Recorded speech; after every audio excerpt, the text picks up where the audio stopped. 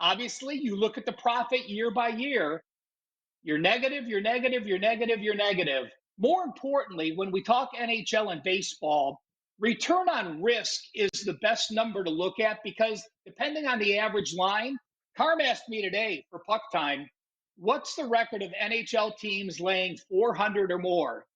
Well, I tell you 16-4 this year.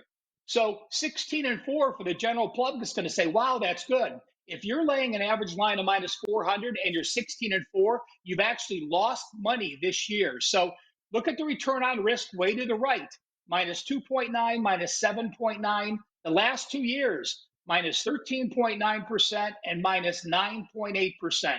So clearly a 45% record with an average line of plus 105.9, you're down 157 units over the last 4 years playing on an NHL team with no rest. Teddy? So here's my question, Ralph. We know what it's like to fade these teams. Can we make money backing their opponents?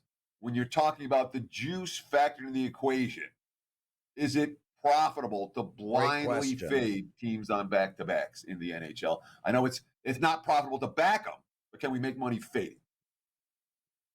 There is a profit. Obviously, it doesn't look as good as this looks bad. And really, if you look return on investment, when you have a return on investment of over 4%, then if you're betting the opposite and you're laying that juice, it still is a positive to fade them.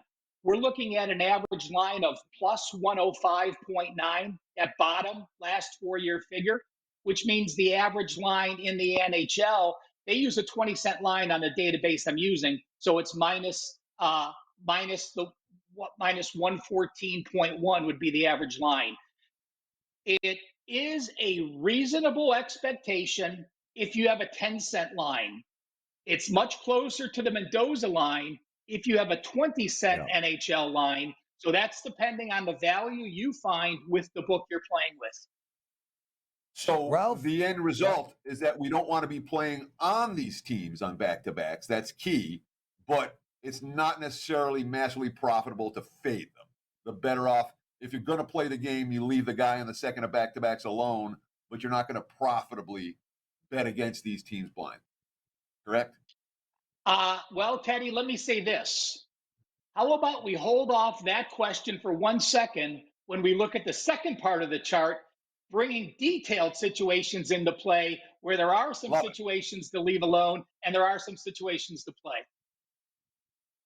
Let's bring it up. And there we go. Our producer's on the back. So let me explain this. There's a lot of eye candy there, and I don't want to overwhelm you. I will put this chart on Twitter at CalSportsLV as soon as I'm done, so you can take all the time you want looking at it.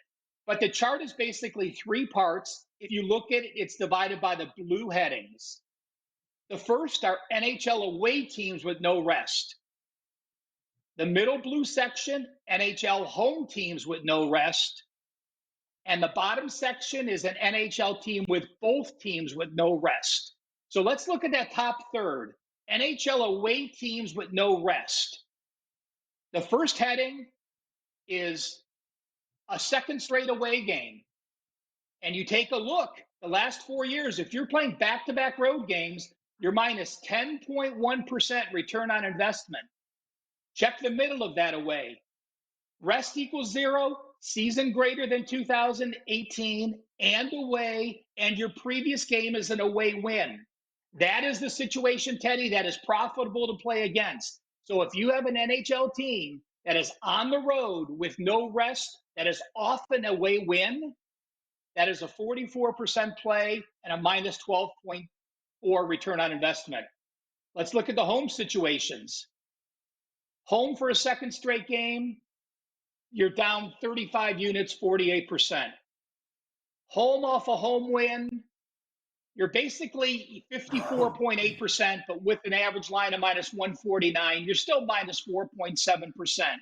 So surprisingly, the bottom part, the sample size isn't as big. There's only 130 games in the last 4 years, but teams at home with no rest off a home loss are minus 15.7% return on investment. So the 2 situations to fade, Teams on the road with no rest off an away win, and surprisingly, fade a home team with no rest off a home loss.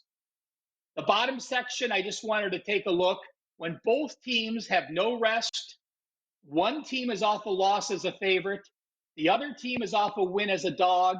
That team off a loss as a favorite has at 66% plus 13.2% on investment. So that is a play on, and it's a good situational play. We look at a team off a loss as a favorite with no rest versus a team off a win as a dog with no rest. Play that team off a loss as a favorite.